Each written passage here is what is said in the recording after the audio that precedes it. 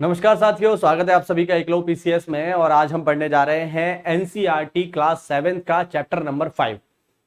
और चैप्टर का नाम है साथियों क्या? चैप्टर का नाम है जल। ठीक है, वाटर। जल की आज हम चर्चा करेंगे और जानेंगे जल क्या है और जल मंडल किस तरीके से काम करता है।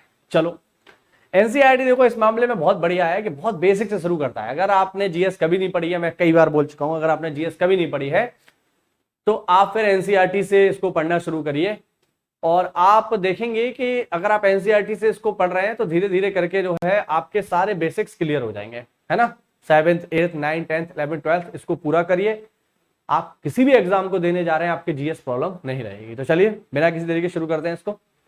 देखो क्या लिखा है, यहां पर लिखा है जल के बारे में सोचने पर आपके मस्तिष्क में क्या चित्र बनता है। जब हम जल के बारे में सोचते हैं तो लिखा हुआ है आप नदी, जलप्रपात, वर्षा की रिमझिम, इसके बारे में सोचने लगते हैं।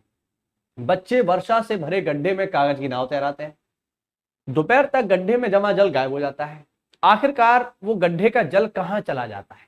ठीक है, अब ये यहां पर एक क्वेश्चन डाल दिया। सूर्य के ताप के कारण, अब ये बताया भी गया है कि वो कहां जा रहा है, तो लिखा हुआ है सूर्य के ताप के कारण जल वाष्पित हो जाता है। वाष्पित का मतलब है इवेपोरेट हो जाता है, गर्मी से जल जो है भाप बन जाता है। ठंडा होने पर जल वाष्प संघनित होकर बादलों का रूप लेता है। जब वो जो भाप जमीन से उठी है, जैसे जैसे ऊपर की ओर जाएगी, हमने वायुमंडल वाले चैप्टर में पढ़ा था कि जैसे जैसे हवा ऊपर की ओर जाती है ठंडी होती है, तो जब वो ठंडी हो जाएगी तो बादलों का रूप ले लेगी। अब बादलों में पहुंच गई तो यहां से वर्षा भी बनेगी, बर्फ भी बनेगी, ठीक है ना। और वृष्टि यानी बारिश के रूप में समुद्र और धरती पर गिरेगी। बात समझ पा रहे हैं? ठीक है।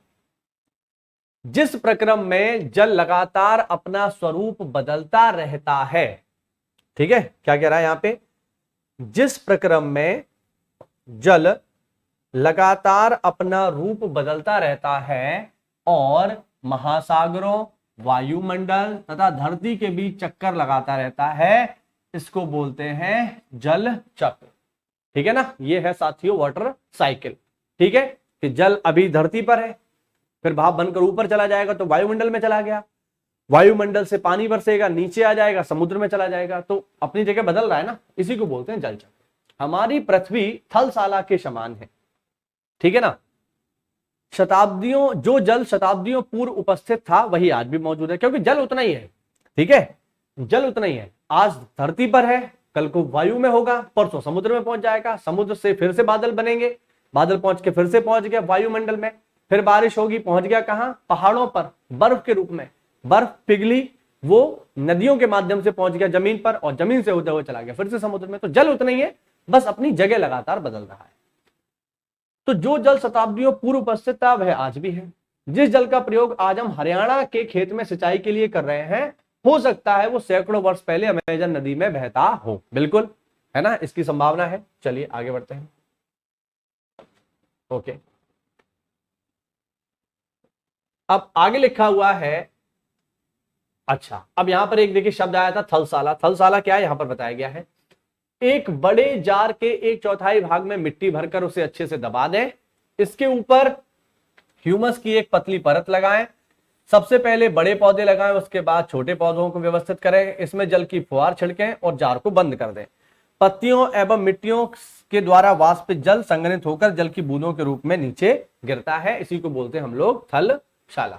चलिए अब यहां पर आगे बढ़ते हैं, है ना। अच्छा, यहां पर एक डायग्राम है जो आपको दिख रहा होगा। चलिए ये डायग्राम देख लो। ये जो डायग्राम आपको दिख रहा है ये है क्या? ये है वाटर साइकिल। ठीक है, ये आपको दिख रहा है, ये क्या है? ये है समुद्र। समुद्र से वाष्पीकरण हुआ, जल पहुंच गया ऊपर, कहां पहुंच गया? बादलों में। बादलों में जैसे जैसे पानी ऊपर जा रहा है, मतलब जैसे जैसे वाष्प ऊपर जा रही है वैसे वैसे ठंडी हो रही है, संघनन हो गया, कंडेंसेशन हो गया, और कंडेंसेशन होने के बाद ठंडा होकर बारिश के रूप में नीचे आ गया। कहां आ गया? पहाड़ों पर आ गया। तो पहाड़ों पर आया है बर्फ के रूप में, और यहां से जब पिघला तो नदी के रूप में दोबारा महासागरों में पहुंच गया। ये इसको डायग्राम के द्वारा बताया गया है। चलिए, अब जल है दो प्रकार का। ठीक है, जल है दो प्रकार का, यानी अलवण और लवण, यानी सॉल्टेड वाटर और अनसॉल्टेड वाटर, या फ्रेश वाटर जैसे हम बोलते हैं। तो अलवण जल के मुख्य स्रोत, यानी ऐसा जल जो मीठा है, जिसमें नमक नहीं है, अलवण जल के मुख्य स्रोत क्या क्या है साहब, यहां पर लिखा हुआ है। तो अलवण जल के मुख्य स्रोत है कौन कौन से, अलवण जल के मुख्य स्रोत कौन कौन से साथियों, नदी, ताल, ताल यानी ताल तलैया तालाब, सोते एवं हिमनद। सोते मतलब कोई पानी का स्रोत कहीं से जमीन से निकल रहा है तो, और हिमनद यानी बर्फ के जो बर्फ है जमी हुई वो। महासागरों एवं समुद्रों का जल लवणीय होता है यानी सॉल्टेड वाटर है, ये इसमें नमक है। इसमें अधिकांश नमक सोडियम क्लोराइड या खाने के उपयोग में किए जाने वाला नमक होता है। सोडियम क्लोराइड मतलब NaCl, बहुत बेसिक है, हम सब लोग इसको बचपन से पढ़ते आ रहे हैं, उसी के बारे में हमें यहाँ पर बताया जा रहा है। ठीक है, आगे बढ़ते हैं। अब यहाँ पर जो है एक मैप है, और इसमें अभी हमारे काम का इतना कुछ नहीं है, ऐसे बाद में देखते हैं हम लोग। चलिए ठीक है, आगे देखते हैं। आगे है जल का वितरण, इस धरती पर जल कैसे कैसे है वो जरा हम देखते हैं। ठीक है, हम सभी जानते हैं कि पृथ्वी की सतह का 3/4 भाग जल से घिरा हुआ है, यानी इस धरती पर सबसे ज्यादा क्या मिलेगा, पानी मिलेगा। पानी तो मिलता है, पानी के कारण ही तो धरती हमें नीली दिखाई देती है। अरे भरोसा नहीं है यार तो धरती देख ही लो। लो धरती दिखाता हूं पहले मैं आपको, उसके बाद कहानी आगे बढ़ेगी। मतलब मानना पड़ेगा टेक्नोलॉजी एक नंबर चीज है। ये देखो, ये हमारी पृथ्वी आ गई। अब पृथ्वी पर आपको क्या दिख रहा है, ये पृथ्वी पर जितना भी आपको ब्लू कलर दिखाई दे रहा है ना, ये देख रहे हो आप, ये पूरा का पूरा ये पैसिफिक ओशन है, प्रशांत महासागर। और देख लो, अच्छा भारत के संदर्भ में मैं आपको दिखाता हूं। देखो ये भारत है, हमारा प्यारा भारत है कि नहीं, ये भारत है। भारत के नीचे क्या है, हिंद महासागर है। तो इस धरती पर जहां कहीं भी आपको नीला रंग दिख रहा है, ये सब इंडिकेट कर रहा है पानी को। तो धरती पर सबसे ज्यादा क्या है, पानी तो है।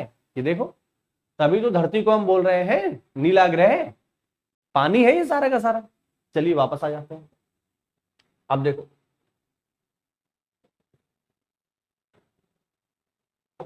हाँ, तो धरती पर 3/4 भाग जल है, जैसा कि मैंने आपको बताया।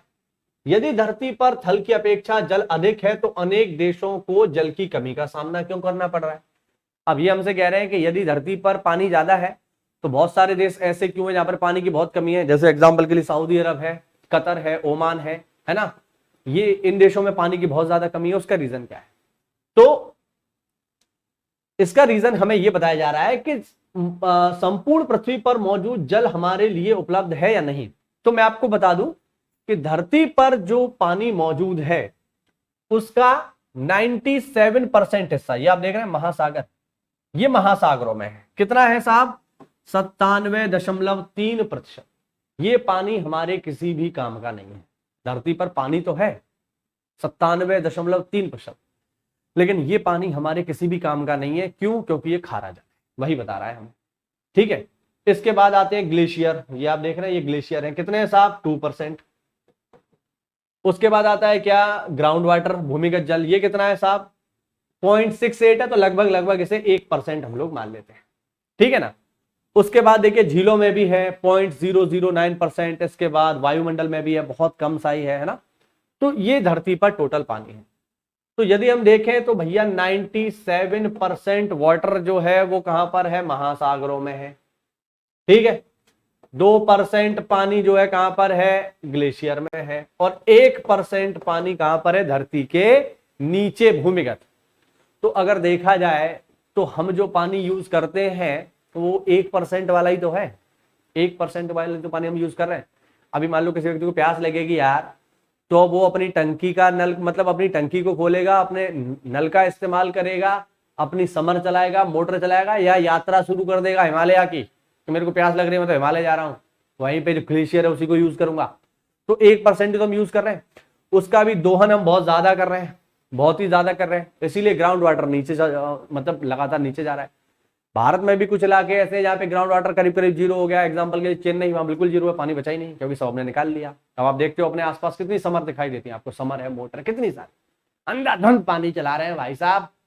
पानी पानी कर दिया यार, बिल्कुल पानी पानी कर दिया यार, क्या ही बताऊं। लोग अपनी भैंसियां धो रहे हैं। मेरे यहाँ भी भैंसियां है, मेरी भैंसियां भी धुलती है, लेकिन मैं क्या करूं, मैं उसको रोक नहीं सकता। मेरी अम्मा की भैंसियां है, मैं कुछ बोलूंगा तो अम्मा लाठी लेके चढ़ जाएगी मेरे ऊपर। तो हम इसमें कुछ नहीं कर सकते, है ना। तो लोग अपनी भैंसियां धो रहे हैं, सड़कें धो रहे हैं, मोटरसाइकिल धो रहे हैं। बताइए समर का कितना दुरुपयोग कर रहा है। अब पानी तो उतना ही, अब कैसे भी यूज कर ले भाई। अभी ज्यादा खत्म कर देगा तो कल को तेरी औलाद तेरे को गालियां देंगे, ये सारा पानी खत्म कर डाला, हमारे लिए कुछ छोड़ा ही नहीं। तो बस ऐसे ही चल रही है धरती भाई साहब। ओके, तो ये यहां पर हमें बताया गया है। अच्छा, एक चीज यहां पर और देख लो, समुद्र में मौजूद जो लवणता है उसके बारे में यहां पर बताया गया है। क्या बताया गया है? बताया गया है ये कि लवणता को 1000 ग्राम जल में मौजूद नमक की, मतलब लवणता जो होती है वो 1000 ग्राम मौजूद, मतलब 1000 ग्राम जल में मौजूद नमक की मात्रा होती है। महासागर की औसत लवणता 35 भाग प्रति 1000 ग्राम है। अच्छा, इसको कैसे इंडिकेट करते हैं मैं आपको बताता हूं साथियों। इसको इंडिकेट किया जाता है, जैसे यहां पे लिखा है ना 35 भाग प्रति 1000 ग्राम, इसको लिखते हैं ऐसे 35 पर 1000, नीचे 2 जीरो, ठीक है ना। हाँ, अगर मान लीजिए हमने यहां पे लिखा है, जैसे इसको यदि हम देखें, चलिए यदि इसको देखा जाए, जैसे यहां पे लिखा है, क्या लिखा है साहब, यहां पे लिखा है कि इजराइल का मृत सागर जो है यहां पर 340 ग्राम प्रति लीटर लवणता होती है। तो हम इसको कैसे लिखेंगे कि इजराइल का जो डेड सी है, मृत सागर है, उसकी जो लवणता है वो है 340 पर 1000, है ना। इसको इस तरीके से इंडिकेट किया जाता है, ये इसका सिंबल है। ये जियोग्राफी का कोर सवाल है, ध्यान रखना, इसको इस तरीके से हम लोग इंडिकेट करते हैं, ठीक है। यानी अगर आप मृत सागर का 1 लीटर पानी, 1000 ग्राम का मतलब क्या हो गया, 1 लीटर ही हो गया ना। तो अगर आप 1 लीटर पानी लोगे डेड सी का, तो उस 1 लीटर पानी में 340 ग्राम आपको नमक मिलने वाला है, ठीक है ना। चलिए आगे देखो, आगे बढ़ते हैं। आगे लिखा हुआ है, अब ये क्रियाकलाप है कि 2 लीटर जल लें और ये सब, ये हमारे काम का नहीं है। लिखा हुआ है जीवन के लिए जल अत्यधिक आवश्यक है, प्यासे होने पर केवल जल ही आपकी प्यास बुझा सकता है। ऐसे में आपको क्या नहीं लगता कि लापरवाही से जल का उपयोग करने पर हम अपने बहुमूल्य संसाधन को बर्बाद करते हैं? बिल्कुल करते हैं भाई साहब, करते ही हैं, लेकिन क्या करें यार, लोग मानेंगे ही नहीं, है ना। यहां पर कुछ जो है देखिए आर्टिकल लिखे हुए हैं, है ना, द वाटर यू ड्रिंक करके लिखा हुआ है, many major rivers in danger of drying out, यानी नदियां सूखती जा रही हैं, ठीक है ना। ड्रॉथ के बारे में है, Ganga among the dying rivers, यानी गंगा जो है लगातार मर रही है, ऐसा बताया जा रहा है यहाँ पर। तो ये है सब, लेकिन प्रॉब्लम ये है कि जब तक हम इसको पढ़ते हैं तब तक तो हमें ये समझ आता है, याद रहता है। एक बार जैसे ही हम यहाँ से इस लेक्चर के खत्म होने के बाद जब आप इस पढ़ाई को बंद करके बाहर जाओगे, अपनी दुनिया में जाओगे, एक बार आपकी नौकरी लग गई मान लो, तो फिर इसके बारे में कोई सोचने वाला नहीं है। ये तो बस किताबों तक ही सीमित है, वास्तविकता यही है। आगे देखिए, आगे लिखा हुआ है महासागरीय परिसंचरण। चलिए, समुद्र तट पर नंगे चलने मतलब समुद्र तट पर नंगे पैर चलने से कुछ जादुई सी अनुभूति होती है। पुलिन पर नम बालू, ठंडी पवन, समुद्री पक्षी, वायु में लवणीय गंध तथा लहरों का संगीत, सब कुछ सम्मोहित करने वाला प्रतीत होता है। ताल एवं झील के शांत जल के विपरीत महासागरीय जल हमेशा गतिमान रहता है, यह कभी शांत नहीं रहता।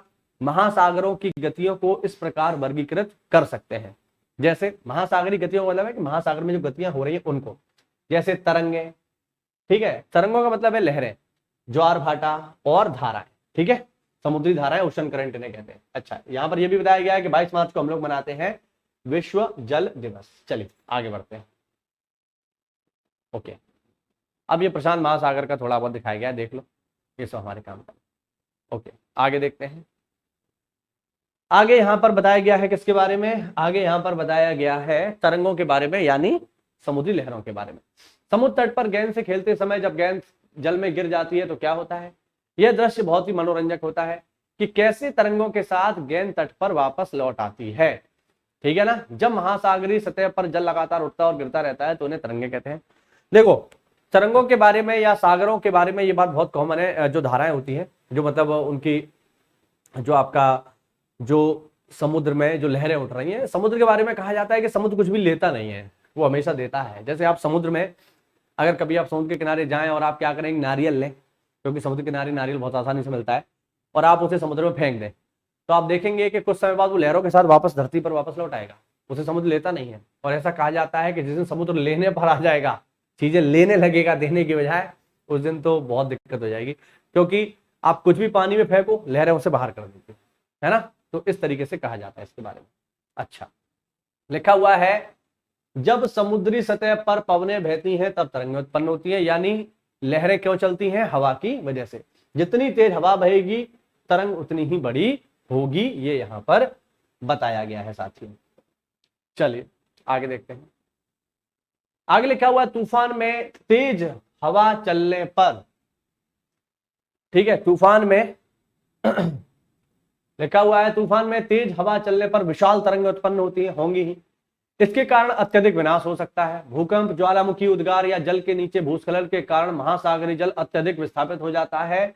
इसके परिणाम स्वरूप 15 मीटर तक की ऊंचाई वाली विशाल ज्वारीय तरंगें उठ सकती हैं, जिन्हें सुनामी कहते हैं। अब तक का सबसे बड़ा विशाल सुनामी 150 मीटर मापा गया था। ये तरंगें 700 किलोमीटर प्रति घंटे से अधिक की गति से चलती हैं। 2004 की सुनामी से भारत के तटीय क्षेत्रों में अत्यधिक विनाश हुआ था और सुनामी के बाद अंडमान और निकोबार द्वीप समूह में इंदिरा पॉइंट डूब गया था। सुनामी में बेसिकली क्या होता है कि जब बहुत विशाल समुद्री तरंगें उठती हैं तो इनको कहा जाता है साथियों सुनामी। सुनामी जापानी भाषा का शब्द है, शायद लिखा होगा, हाँ लिखा है। सुनामी जापानी भाषा का शब्द है जिसका अर्थ होता है पोताश्रय तरंगे, क्योंकि सुनामी आने पर पोताश्रय यानी बंदरगाह यानी पोर्ट नष्ट हो जाते हैं। इतनी हैवी तरंगे आती हैं, इतनी हैवी जो है आपका लहरें उठती हैं जिनकी ऊंचाई 15 मीटर तक होती है। अब सोचो 15 मीटर ऊंची तरंग आपसे 700 किलोमीटर प्रति घंटे की रफ्तार से टकराए, 700, तो तुम्हारा क्या हाल होगा भाई साहब? धज्जियां उड़ जाएंगी, कुछ भी बचेगा नहीं, कुछ नहीं बचेगा, सब कुछ नष्ट भ्रष्ट हो जाएगा। नेचर जब अपने पे आती है तो सब कुछ उड़ा डालती है। और मैं आपको एक चीज और बता दूं, इस सुनामी की वजह से जो 2004 में आई थी, उससे भारत में एक सक्रिय ज्वालामुखी का भी जन्म हुआ, जो मैं आपको जरा दिखाता हूं, देख करके मौज आ जाएगी। चलिए मैं आपको दिखाता हूं जरा कि वो सक्रिय ज्वालामुखी कौन सा था। मतलब इससे पहले सक्रिय नहीं था, लेकिन इस भूकंप के आने के बाद, इस सुनामी के आने के बाद 2004 में ये सक्रिय हो गया। चलिए मैं आपको दिखाता हूं, और उसका नाम है बैरन। चलिए देखिए इसको जरा, ये ज्वालामुखी आपको अभी दिखाई देगा।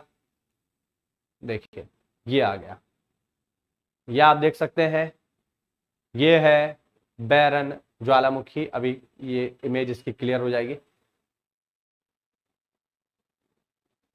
ओके, लगता है इंटरनेट थोड़ा सा हमारा स्लो है आज, इमेज क्लियर क्यों नहीं हो रही है इसकी?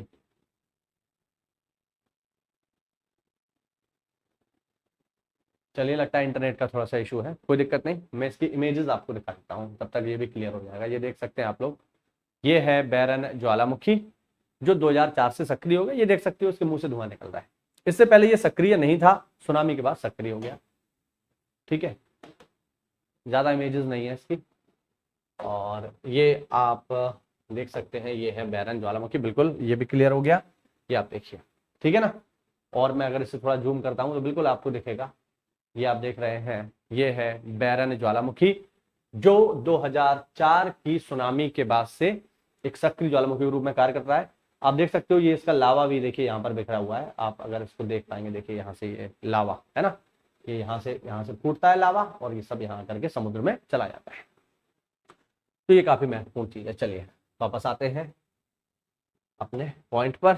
ठीक है, आगे लिखा हुआ है, हाँ आगे लिखा हुआ है सुनामी पृथ्वी का तांडव। 26 दिसंबर 2004 को हिंद महासागर में सुनामी तरंगे अत्यधिक विनाश का कारण बनी। ये तरंगे उस भूकंप का परिणाम थी जिसका अधिकांश सुमात्रा में पश्चिमी सीमा पर था।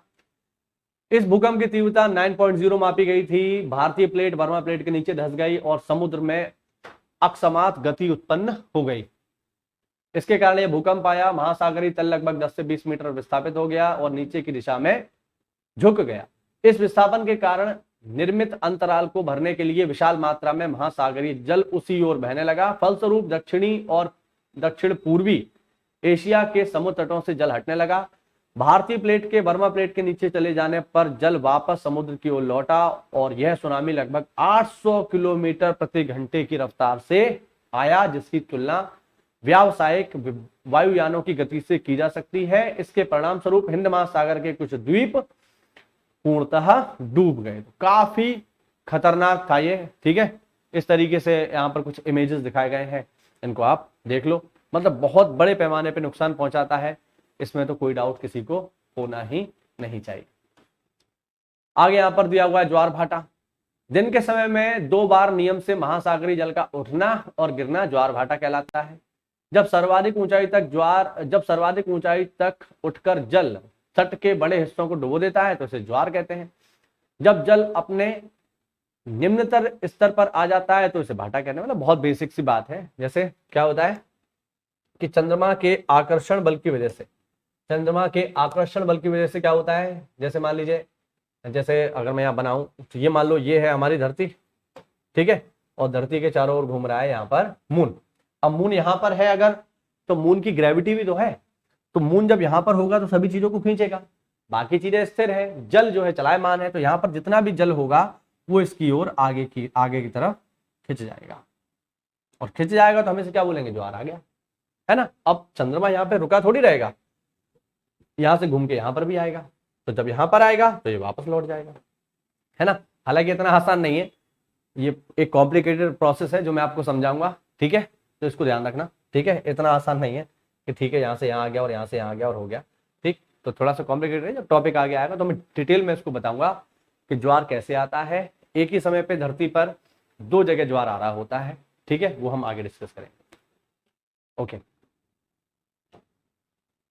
ठीक है, आगे देखो जरा, है ना। हाँ, यहाँ पर वही बताया गया है, देखिए जो मैंने अभी आपका डायग्राम बनाया था वही है। ये है चंद्रमा, ये है सूर्य, और इस तरीके से पृथ्वी का जो पानी है वो आगे की ओर खिंच रहा है, ठीक है ना। यहाँ पर चंद्रमा है तो आप देख रहे हैं कि जो पानी है वो इधर ऊपर की ओर जा रहा है, नहीं जा रहा है ना, ठीक। और यहाँ पर आप देखेंगे तो जो पानी है वो चंद्रमा की ओर जा रहा है, इधर आगे की ओर जा रहा है, और यहाँ पर ऊपर की ओर जा रहा है, वही बताया गया है, ठीक है। चलिए आगे देखते हैं। ओके, आगे लिखा हुआ है, सूर्य और चंद्रमा के शक्तिशाली गुरुत्वाकर्षण बल के कारण पृथ्वी की सतह पर ज्वार भाटा आते हैं।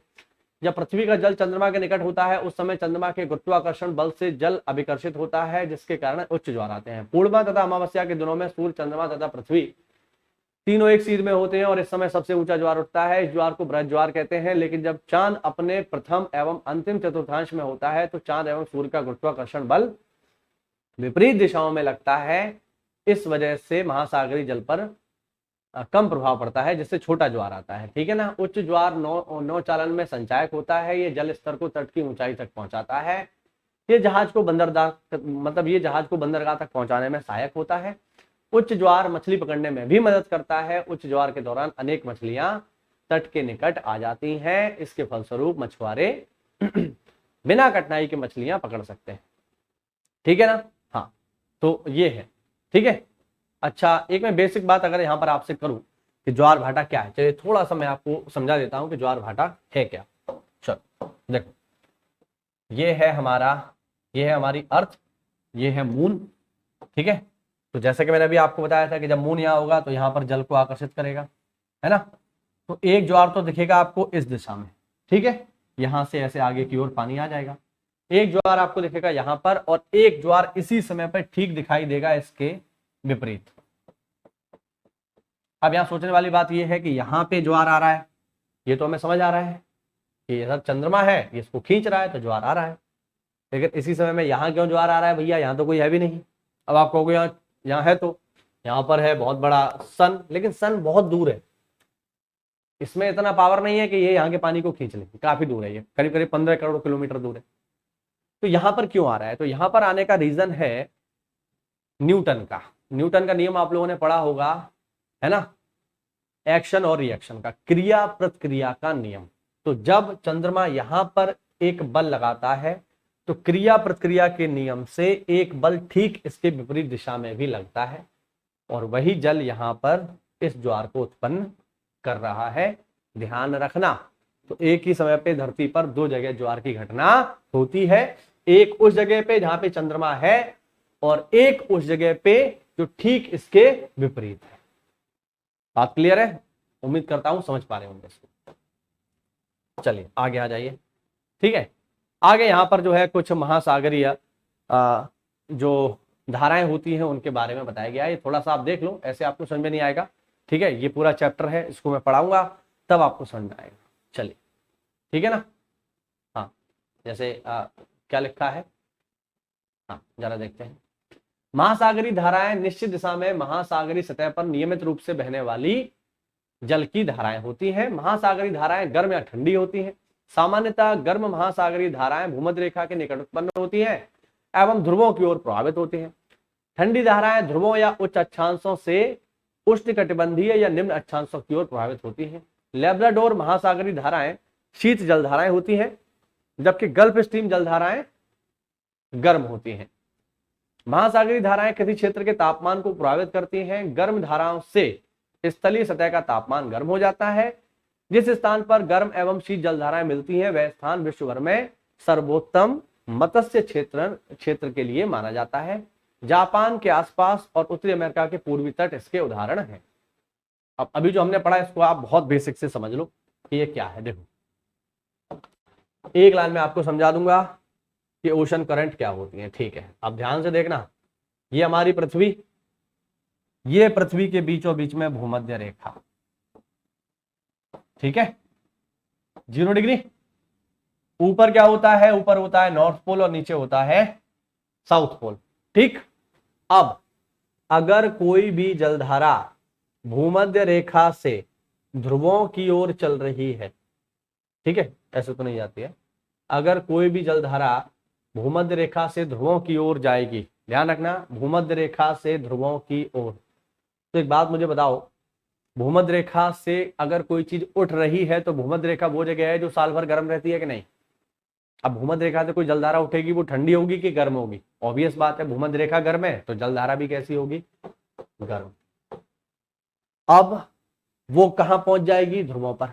अब अगर ध्रुवों से कोई जलधारा भूमध्य रेखा की ओर आ रही है, मान लो अगर कोई जलधारा भूमध्य रेखा की ओर आ रही है, अगर कोई जलधारा ध्रुवों से भूमध्य रेखा की ओर आ रही है, ध्रुवों से भूमध्य रेखा की ओर, शब्दों पे ध्यान देना, भूमध्य रेखा की ओर ध्रुवों से। ध्रुव ठंडे हैं कि गर्म है, ध्रुव ठंडे हैं। तो अगर कोई पानी की धारा भूमध्य रेखा की ओर आएगी, कहां से, ध्रुवों से। अगर कोई जलधारा ध्रुवों से, चाहे नॉर्थ पोल से या साउथ पोल से भूमध्य रेखा की ओर आएगी तो वो कैसी होगी, ठंडी। बस यही याद रखना है। तो इसमें याद रखना, अगर कोई जलधारा चल रही है कैसे, ध्रुवों से, मतलब पहले हम लिखेंगे भूमध्य रेखा से ध्रुवों की ओर अगर कोई जलधारा चलेगी तो वो कैसी होगी साथियों, गर्म। भूमध्य रेखा से ध्रुवों की ओर जाएगी तो गर्म होगी। और जस्ट इसका उल्टा, ध्रुवों से 0 डिग्री यानी भूमध्य रेखा की ओर जाएगी तो कैसी होगी, ठंडी।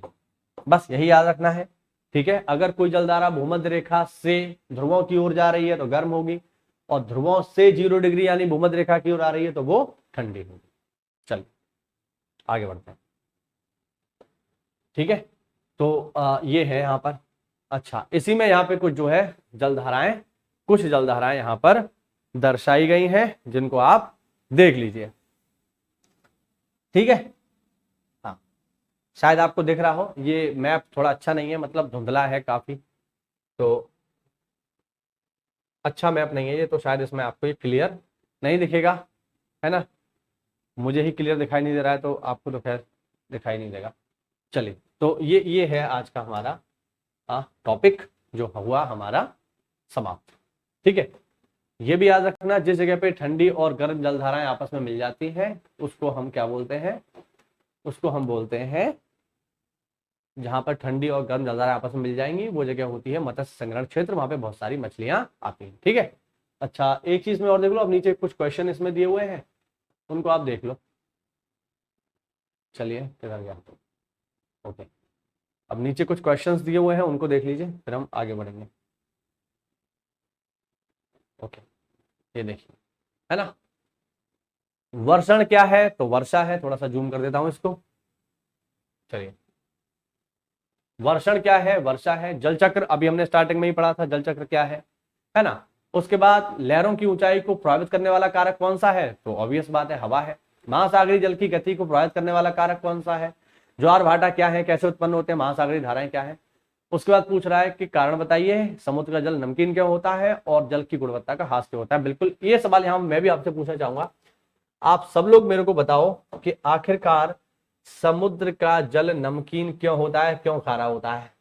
ये आप मेरे को बताना कमेंट करके कि क्या कारण है कि समुद्र का जल खारा है। एक रीजन मैं आपको बता देता हूं कि हमारे हमारे गांव में एक कहानी जो है चलती है कि समुद्र का जल खारा क्यों है। तो भैया कहा जाता है कि एक बार एक डोकरिया थी, बूढ़ी महिला, जैसे हमारे यहाँ डोकरिया ही बोलते हैं, ब्रज भाषा में डोकरी होती है। तो उसके पास एक ऐसी चकिया थी कि उस चकिया में जो डाल दो उससे वही निकलने लगेगा। तो कुछ उससे जलने वाले लोगों ने ये बात राजा को बताई कि उसके पास ऐसी चकिया है कि जो पीस दो वो निकलता रहता है। तो राजा ने कहा अच्छा ये तो हमारे पास होनी चाहिए। तो राजा ने सैनिक भेज दिए। तो सैनिकों से बचने के लिए वो भाग गई और भाग कर वो जो है उस चकिया को बचाने के लिए उसने उस चकिया को कि राजा के हाथ ना पड़ जाए उसे डाल दिया समुद्र में। और समुद्र में डालने से पहले उसने क्या किया, उसमें डाल दिया नमक और उसको चला दिया। और नमक जब चलाया तो उसमें से नमक निकल रहा है, इसीलिए समुद्र का पानी खारा है। ये एक कहानी है जो हमारे